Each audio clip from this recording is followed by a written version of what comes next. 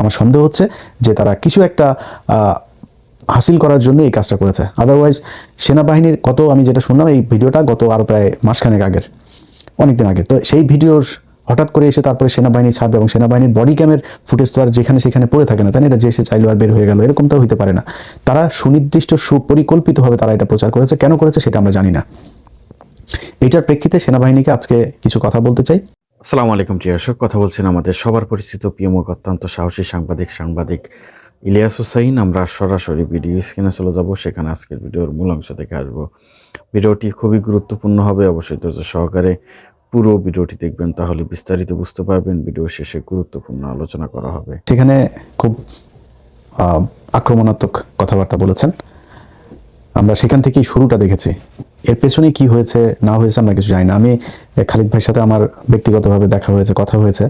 আমার কাছে যেটা মনে হয়েছে যে এই লোকটাকে চাইলেও খেপানো খুব কঠিন, এরকম টাইপের খুব ঠান্ডা মেজাজের একজন মানুষ। তিনি হঠাৎ করে সেনাবাহিনীর একটা গেটে যায় তিনি এত ক্ষেপে যাবেন, এটা আমি বাই করি নাই।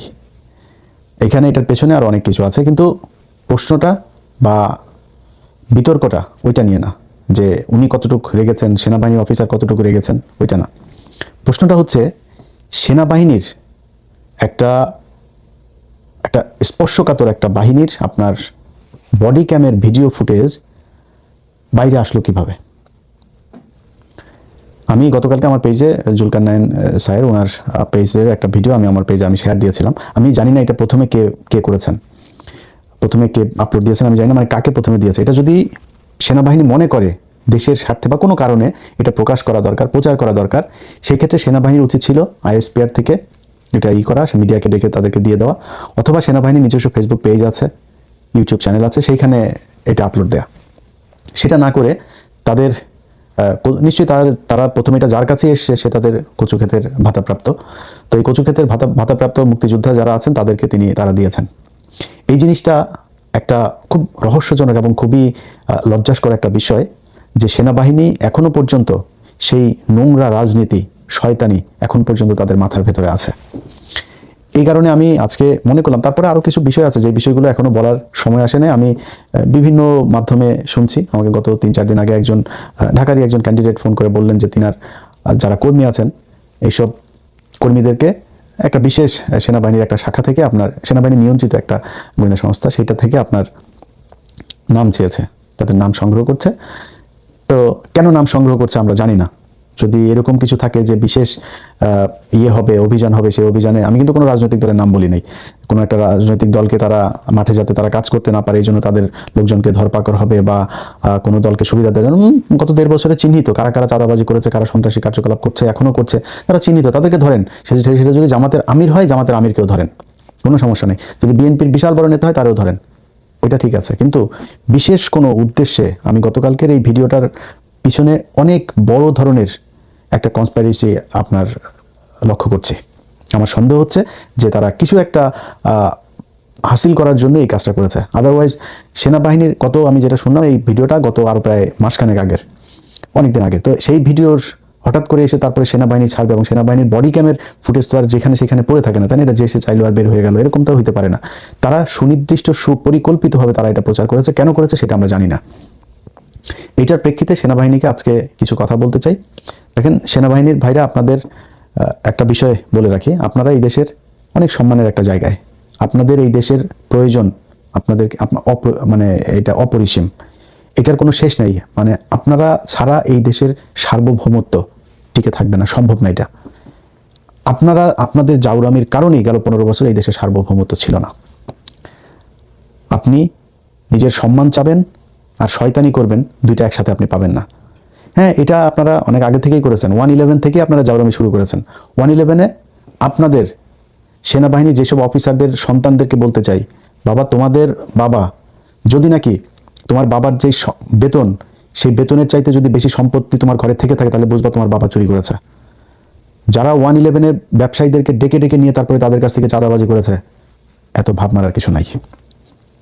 আপনারা গত 15 বছরে আপনাদের সেনাবাহিনীর অফিসারদের বউ, আপনার সেনাবাহিনীর অফিসার মেয়ে, মা, সন্তান, তাদেরকে ধর্ষণ করিয়েছেন ইন্ডিয়ান গোয়েন্দা সংস্থার লোকজনকে দিয়ে। কোথায়? এই পিলখানায়। শুধু আপনি ধর্ষণ করাই শেষ না, আপনি ধর্ষণ করানোর পরে যেই সেনাবাহিনীর অফিসাররা এটার বিচার করতে চেয়েছে তাদেরকে আপনারা গুম করেছেন, তাদেরকে গ্রেনেড হামলা মামলায় আসামি করেছেন, জোর করে চাকরিচ্যুত করেছেন, নির্যাতন করেছেন, দেশ ত্যাগে বাধ্য করেছেন। এটা আপনারা করেছেন, বিচারটা করতে দেন নাই। এরপরে কি করেছেন? সেই বিচারের পুরো অপরাধের দায় বিডিআরের উপরে চাপায় বিডিআরের নিরীহ মানুষগুলোর উপরে নির্মম নির্যাতন চালিয়েছেন। এটা সভ্য কোনো সমাজে, নিকট অতীতের কোনো পৃথিবীতে আজ পর্যন্ত এটা ঘটে নাই। মানুষকে জিজ্ঞাসাবাদের নামে 30 দিন 40 দিন আপনারা আটকে রেখে তাদেরকে নির্যাতন করে হত্যা করেছেন। জেলখানায় যে বিডিআর সদস্যরা গিয়েছে, যারা বের হয়েছে, তাদের অনেকের আমাকে ভিডিও কল করে দেখিয়েছে এই কোমরের মধ্যে, এই রানের মধ্যে ড্রিল মেশিন এই দিক দিয়ে ঢুকিয়েছেন, ওই দিক দিয়ে ড্রিল মেশিন বের করেছেন। সেই দাগ, সেই ক্ষত নিয়ে তারা এখনো পর্যন্ত অনেকে জেলখানায় আছে। ক্যান্সারের রোগী, মা মারা গিয়েছে, বাবা মারা গিয়েছে। আজকে আওয়ামী লীগের একজনের এই আপনার স্ত্রী মারা যাওয়ার পরে সন্তানকে নিয়ে খুবই খারাপ জিনিস। এটা খুবই মানে কি বলবো, যে একটা মানে কষ্টের একটা চিত্র, যে একজন মা তার সন্তানকে নিয়ে তারপর সুইসাইড করেছে। কিন্তু আপনি কি জানেন, এই ছেলে এই নারীকে ছাড়া তার আরও 2-3টা বউ ছিল।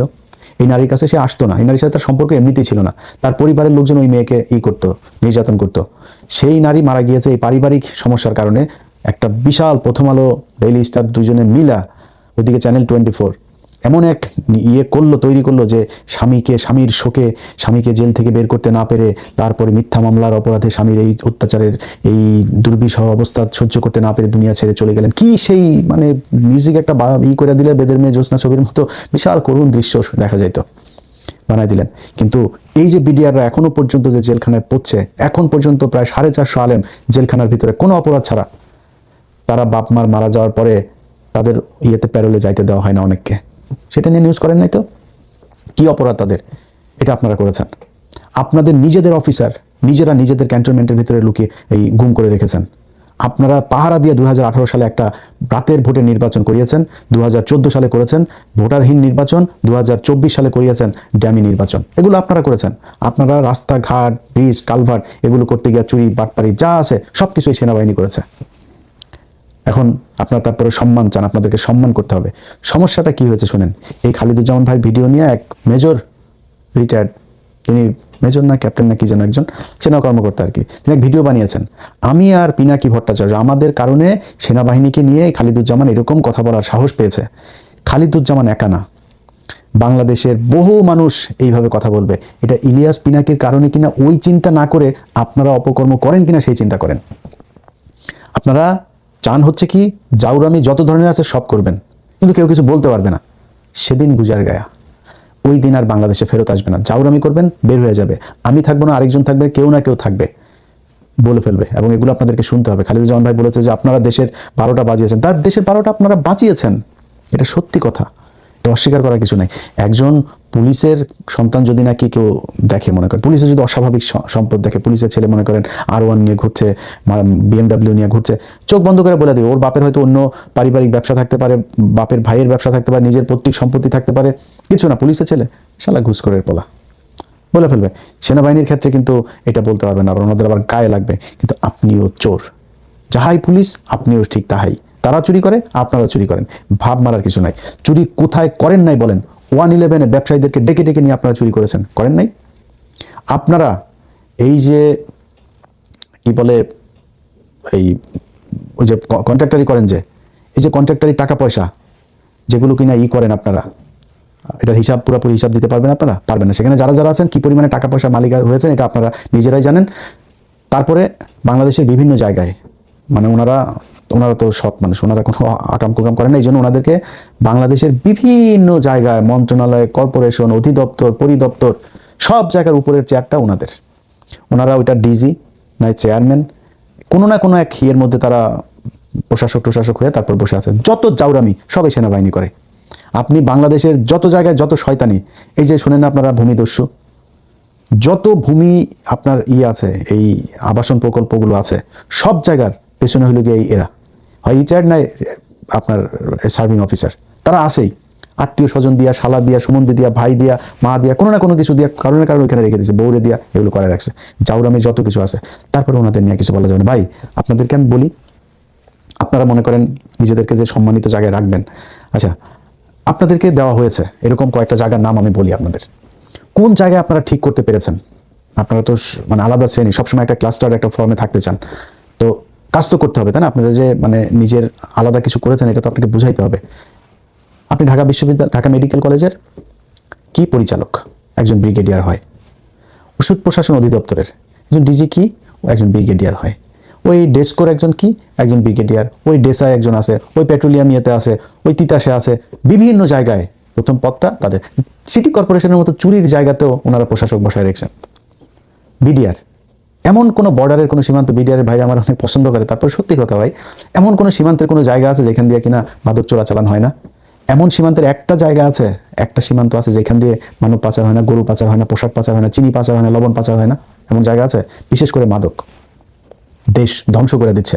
তো সেই বিডিআরের উপরে কারা? ওনারা। বিডিআরের অফিসার বিডিআর হইতে পারবে না, ওনারা অফিসার হবেন। অফিসারে ওনারা বাল ফালিয়ে ফেলবেন। ওনারা বিডিআরকে বিশাল সৎ এক ইয়ে হিসাবে, সংস্থা হিসাবে তৈরি করেছেন। ওনাদের থাকতেই হবে সেখানে। মেরে বিডিআর মেরে ছাপা করে ফেলতে হবে, নাম পাল্টাইতে হবে, পোশাক পাল্টাইতে হবে, ওনাদের পাল্টানো যাবে না। ওনারা ঠিক সে আগের মতোই থাকবেন। চাটের বাল আব্দুল্লাহ হয়ে গেছে।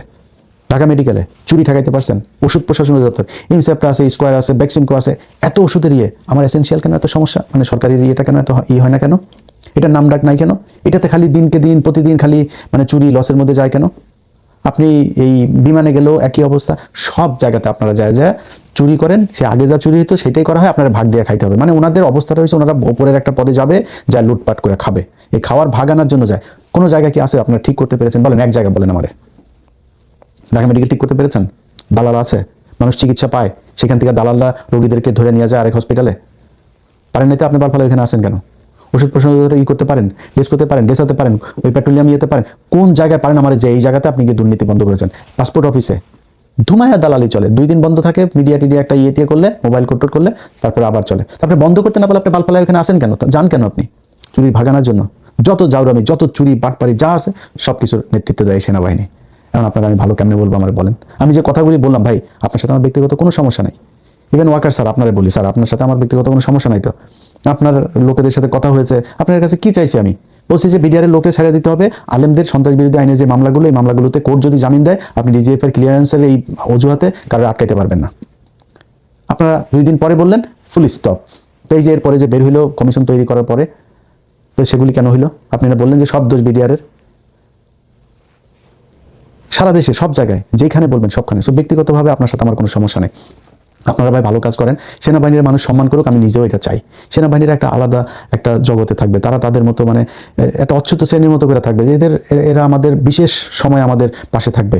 ঝড়, আমার বন্যা, ঘূর্ণি, আপনার ভূমিকম্প, যুদ্ধ, এইসব সময় সেনাবাহিনী মানুষের পাশে থাকবে। ফেরেশতার মতো এসে আপনারা আমাদের পাশে দাঁড়াবেন। আপনাদেরকে সবচেয়ে বেশি বাজেট দেওয়া হবে, সবচেয়ে সুযোগ সুবিধা দেওয়া হবে, সব দেওয়া হবে, কোনো সমস্যা নেই। যেমনি আছেন ঢাকা শহরের অর্ধেক নিয়ে আসেন, আর অর্ধেক পুরাটা নিয়ে নেন, কোনো সমস্যা নেই। আপনাদের জন্য আরেকটা রাজধানী বানায় দেওয়া হবে ক্যান্টনমেন্ট নামে। থাকেন, বেশি নিরাপত্তাটা তো দেখবেন। আপনার কাজ হয়েছে কার মোবাইলের মধ্যে গুতায় কে কার সাথে প্রেম করে, কার সাথে কি করে, কে বিএনপির লোকের সাথে কথা বলো, বিএনপির লোক তারেক রহমানের সাথে কে বক্তব্য দিচ্ছে, এগুলো আপনাদের কাজ। ওই অমুক টেলিভিশনে কি নিউজ যাবে না ওগুলি। এবার তোর কাজ বাংলাদেশের ভিতরে রে, তুই থাকবি বাইরের দেশের থেকে আমার দেশকে আমি রক্ষা করছি। তোর বাল আছে, কিচ্ছু আছে তোর? তুই ইন্ডিয়া আজকে যদি আমার দেশে যদি 2টা ফাইটার যে বিমান পারে, তোর আকাশ নিরাপত্তা ব্যবস্থার কিছু আছে? কিছু করতে পারবি? তো তোর মতো বালের সেনাবাহিনী থেকে আমার লাভটা কি? কিছুই নাই। ওনারা ভাব ধরে থাকে বিশাল একটা বালগেডিয়ার, উনি মেজর জেনারেল চ্যাটের বাল। তোর মতো চ্যাটের বাল বাংলাদেশের দরকার কি? কিছুই করতে পারে না। তারপরেও ভাই, যতগুলি আপনাদের বিরুদ্ধে ভিডিও করি, সব ভিডিওগুলোতে একটা কথা বলি, আপনারাই আমাদের স্বপ্ন। আপনাদেরকে সারা ভাই এই দেশ চলবে না। আপনাদের অপকর্মের কারণে এই কথাগুলি বলি ভাই। আপনার সেনা প্রধান, আপনার এক লেফটেন্যান্ট কর্নেল একটা নারীকে ধর্ষণ করেনি? আপনার শফি করে নেই? আপনার শফি, আপনার এই যে বিমান বাহিনী প্রধান একটা ছিল হান্নান, ধর্ষণ করে নেই বিমান বাহিনীর নারীদেরকে? কি আপনার সেনাবাহিনীর কাছে যদি আপনার লোক যদি নিরাপদ না থাকে, আমি নিরাপত্তা আপনার কাছে কিভাবে চাবো? আপনি আমার নিরাপত্তা কিভাবে দিবেন? এইভাবেই দেশটা চলছে ভাই। এই জায়গা থেকে বের হইতে হবে। যদি বের হইতে না চান, যেটা এখন হবে, আগে মানুষ কথা বলতো না, আপনারা নিয়ে কিছু বলতো না, এখন বলে। আপনাকে শুনতে হবে, শোনার প্রস্তুতি নেওয়া তারপরে। আর যদি মনে করেন দেশটাকে ভালোবাসেন, আসলে সেনাবাহিনীটাকে ভালোবাসেন, সেনাবাহিনীর সম্মান ফিরিয়ে আনতে চান, তাহলে ভাই ওই যে 18 সালে যেই শয়তানির পাহারা দিয়েছিলেন না, ওইটা করা যাবে না। জেনুইন কাজ করতে হবে। নির্বাচনে কোনো ধরনের শয়তানি করার চিন্তাভাবনা মাথার থেকে ছেড়ে ফেলতে হবে। আমি বাংলাদেশের পুলিশ প্রশাসন, সেনাবাহিনীর বাইরের গোয়েন্দা, সেনাবাহিনীর গোয়েন্দা সংস্থাটা বললে লাভ নাই, কারণ এখানে এই যে সেলিম আজাদ এটাতে বসায় রাখছে। জাউরামির যত জাউরামি আছে, ওয়াকার যেমন এক জাউরা, ওইটা আরেক জাউরা, সব জাউরাগুলির পাশে এনে তারপরে দাঁড় করিয়েছে। এই জাউরাগুলির দিয়ে যত জাউরামি আছে জাউরামির চেষ্টা করে। 9 ডিভিশনের আসাদুল ভাই, উনি আমি যতটুকু জানি একটু ভালো মানুষ, এর আশপাশে যা আছে আর এর বাইরে এটার পাশে যে কটা আছে সব কটা বদমাইশ, লুচ্চা, লাফাঙ্গার, দুর্নীতিবাজ, চোর, এগুলো এনে বসে আছে। এগুলো বহুত জাউরামি করার চিন্তা ভাবনা করতে পারে। এখন কি করতে পারে, আমি অনেক কিছু এখনো বলার মতো সময় আসে না, এবং কিংবা বললেও এগুলো একটা ভীতি তৈরি হবে, আমি সেই ভীতি তৈরি করতে চাই না। কিন্তু একটু সজাগ রাখার জন্য বলছে অন্য গোয়েন্দা সংস্থা, রাজনৈতিক দল, তাদেরকে। যেটা হইতে পারে, ধরেন 300 আসনের রেজাল্ট হইলো, এই 300 আসনের রেজাল্টের মধ্যে 200টার আসনের রেজাল্ট হয়ে গেল, এর মধ্যে দেখা গেল কোনো একটা দল 130টা আসন পেলো, এক দল 70টা আসন পেলো। তো যারা 70টা পেলো তারা চিন্তা করলো যে 200 আসনের মধ্যে ওরা 130 পেয়ে গিয়েছে, তাহলে তো ওই 100-র মধ্যে ওরা 50 পাইলেই তো হয়ে গেল, মানে আর 20টা হইলেই তো হবে। সো তোরা তো এখানে 50টা বেশি পাবে। ওরা তখন একটা গ্যাঞ্জাম লাগাবে। এই গ্যাঞ্জামটা লাগাবে কারা? এই সেলিম আজাদ তার বাহিনী দিয়ে লাগাবে, আওয়ামী লীগের লোকজনের মাঠে নামায় তারপর নির্বাচনের দিন একটা বিশাল গ্যাঞ্জাম তৈরি করবে, দেশে একটা গৃহযুদ্ধ একটা ভাব শুরু হবে। তারপরে সেনাবাহিনী বাধ্য হয়ে বলবে যে আমাদের কিছু করার নেই, আমরা ক্ষমতা নিতে হবে। তারপরে নির্বাচনও হবে না, কিছুই হবে না, যারা দেশ চালাবে চালায় আস্তে আস্তে আবার ফের বা বাংলাদেশের মানুষ ভুলে যাবে সবকিছু। হ্যাঁ, আওয়ামী লীগের প্রতি আরেকটু সহনশীল করে তারপরে 2 বছর পরে ধরেন একটা নির্বাচন দিবে, তখন আওয়ামী লীগ সহ এসে জয়েন করবে। কোনো সমস্যা নেই, আওয়ামী লীগের ভয় পাওয়ার কিছু নাই। আমরা যতদিন জীবিত আছি, আওয়ামী লীগ এই দেশে নির্বাচন করবে, করে ক্ষমতায় আসতে পারবে, এটা নিয়ে আমরা টেনশনই করি না। আনলে আওয়ামী লীগরা আনলে এটা বিএনপির যদি ভালো হয় তাহলে বিএনপি আসতে দেখ, কোনো সমস্যা নেই। কিন্তু তারা এটা করবে, এটা করে তারপরে এই আওয়ামী লীগকে বাংলাদেশে আবার পুনর্বাসিত করার চেষ্টা করবে। আমার কাছে থাকা তো এরকম একটা কিছু ঘটাইতে পারে। সো এই ব্যাপারে সবাই সাবধান থাকবেন। এত ইজি হবে না, পরিকল্পনা যদি কেউ নিয়েও থাকে এই জিনিসটা এত ইজি হবে না। আমাকে গত 3-4 দিন আগে একজন এরকম, এই যেটা বললাম যে তার ক্যান্ডিডেট, তার ওই কর্মীদেরকে তালিকা নিয়ে তারপরে তারা করছে। আমি তার তালিকা নিয়ে আপনি কী করবেন জানি না আমরা। তো এগুলি করে যদি নাকি কোনো বিশৃঙ্খলা, কোনো শয়তানি করার চিন্তা ভাবনা মাথায় থাকে সেটা বাদ দিয়ে দেন। আবারও বলি ভাই, আপনারা সেনাবাহিনী আমাদের গর্বের জায়গায় আছেন, এই গর্বটা আমরা সারা জীবন করতে চাই। আপনাদেরকে বাংলাদেশের মানুষ 5 তারিখে যে সম্মানটা দিয়েছে, এই সম্মানের যোগ্য আপনারা না, আপনারা বহু জাউরা। তারা ওই 5 তারিখেও আপনারা গুলি করে মানুষ মেরেছেন, এই সেনাবাহিনী। আবার সেগুলো বিচার করতে চাই দেখা আপনারা তাদের সাব জেলে ওয়াইফাই, বাসার খাবার, বউয়ের সাথে আকাম কুকাম করার সুযোগ, গার্লফ্রেন্ডও পাঠান কিনা আল্লাহ জানে, সবই করতে দেন। এটারে জেল বলে? খুনি, চোর, ও গুমের সাথে জড়িত, তারা আপনি নিরাপত্তা দিয়ে রেখেছেন। আপনাদের এই জায়গা থেকে বেরিয়ে হবে। অপরাধ করবেন, ওই যে তনুকে মেরেছে আপনার সেনাবাহিনীর লোক, ওই সময় ওই জায়গায় ছিল সম্ভবত এনায়েত জিওসি, তার বউ, যে এক ব্রিগেডিয়ার, তার ছেলে, তারা ছিল। আপনি তাদের বিচার করেন নাই, এখনো করেন নাই। বিচার করতে গেলে আপনারা সব আবার ওই ক্লাস্টার ফর্মে চলে আসেন, সব আপনাদের লোকজনের বাঁচানোর ব্যাপারে আপনারা এক হয়ে যান। জাউরামি করে সম্মান নিয়ে থাকা যাবে না, একদম পুলিশ বানায় ফেলবো। পুলিশরা যেরকম গালাগালি করা যায়, মানুষ নাম শুনলে গালি দেয় না, ঘুষখোর বলে না, পুলিশ ভাই রাগ করেন না, কিন্তু পুলিশ ভাই আপনারা কিন্তু ঘুষখোর, ঠিক আছে? কারণ আপনাদের জন্মটাই হয়েছে ঘুষ খাওয়ার জন্য, আপনারা এটা কিছু মনেও করেন না। আপনারা ঘুষ খাইতেই চান, যদি আসলে ভালো হইতে চান 5 তারিখের পরে ভালো হইতেন, পুলিশে ভালো হইতে দেখেনি সব। মানে ধরেন 2% ভালো মানুষ, আপনি এটারে কি বলবেন, এরা কোনো পার্সেন্টেজ আনতে পারবেন? যে কারণে পার্সেন্টেজ আনতে চায় না, এরা 98% খারাপ, ঘুষখোর, এইটা পুলিশের হয়ে গিয়েছে।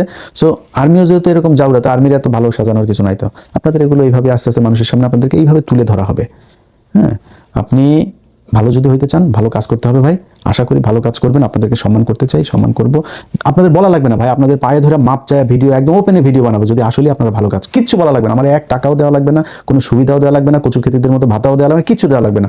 আল্লাহর কসম করে এই ভিডিওতে বললাম, আপনাদের ভালো কাজ যেদিন দেখবো যে না আর্মি আসলেই ভালো কাজ করছে, ভালো কাজ করার চেষ্টা করছে, মাপ চাবো। যার কথা বলে, খারাপ কথা বলেছি সবার কাছে একদম বাই নেমে সবার কাছে মাপ চাই নিব। কিন্তু ভালো আপনারা হইতে হবে। আর ভালো যদি না হন, আগের মতো ওই ভালো হবেন না, আবার সম্মান নিয়ে থাকতে যাবেন, যা মনে চায় তাই করবেন, আপনার কিছু বলা যাবে না, ওদিন গুজার গায়ে ভাই, ওই দিন আর বাংলাদেশে আসবে না কখনই। আমরা অন্তত যতদিন বেঁচে আছি এটা করতে পারবে না। সবাই ভাতা দিয়ে আপনাদের ভাতাপ্রাপ্ত মুক্তিযোদ্ধা বানানো যাবে না। ভালো কাজ করতে হবে, ভালো কাজ করে তারপর ভালো স্বাস্থ্য হবে। এই ভাতাপ্রাপ্তদের আসসালামু আলাইকুম প্রিয় দর্শক, দেশ কিংবা দেশের বাইরে যে যেখান থেকে বসে ভিডিওটি দেখলেন সবাইকে অনেক অনেক ধন্যবাদ এবং ভালোবাসা জানাচ্ছি। কথা বললেন আমাদের সবার পরিচিত প্রিয় মুখ, অত্যন্ত সাহসী সাংবাদিক ইলিয়াস হোসাইন। আপনারা জানেন যে ঢাকা 17 আসনের জামাত ইসলামীর প্রার্থী ডক্টর খালিদুজ্জামান, তাকে নিয়ে সেনাবাহিনী নানান অপকর্ম তৈরি করেছে এর মধ্যে, এবং নানান তার যে কালকে দেখলাম যে একটা ভিডিও আপনারা সবাই দেখেছেন,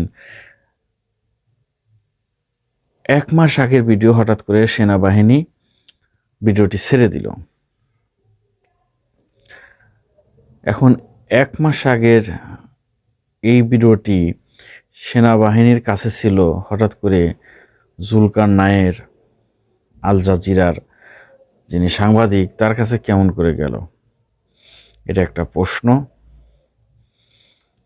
সেনাবাহিনীর তথ্য, সেনাবাহিনীর ভিডিও ফুটেজ যদি তার কাছে যায় তাহলে বিষয়টি অত্যন্ত দুঃখজনক এবং কষ্টদায়ক।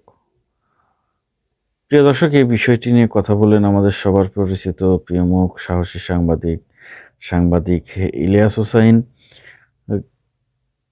তিনি বাংলাদেশের এসব জুলকার নায়েক মায়েক এসব সাংবাদিক তার কাছে কিছুই না, চুনে পুঁঠি অনেক এলাকার ভাষা। এই জুলকার নায়েক সাংবাদিক অনুসন্ধানিক সাংবাদিক হিসাবে ভালোবাসা পেয়েছে ইলিয়াস হোসাইন, সবার ভালোবাসা পেয়েছে এবং সত্যিকারই যে তথ্য, সেই তথ্যই তিনি প্রদান করেন। তো যাই হোক, আজকের এই লাইভটি আপনাদের কাছে কেমন লাগলো অবশ্যই কমেন্টে জানাবেন। সবাই ভালো থাকবেন, সুস্থ থাকবেন। ভিডিওটি শেষ করছি, আবারও দেখা হবে ইনশাল্লাহ। আসসালামু আলাইকুম।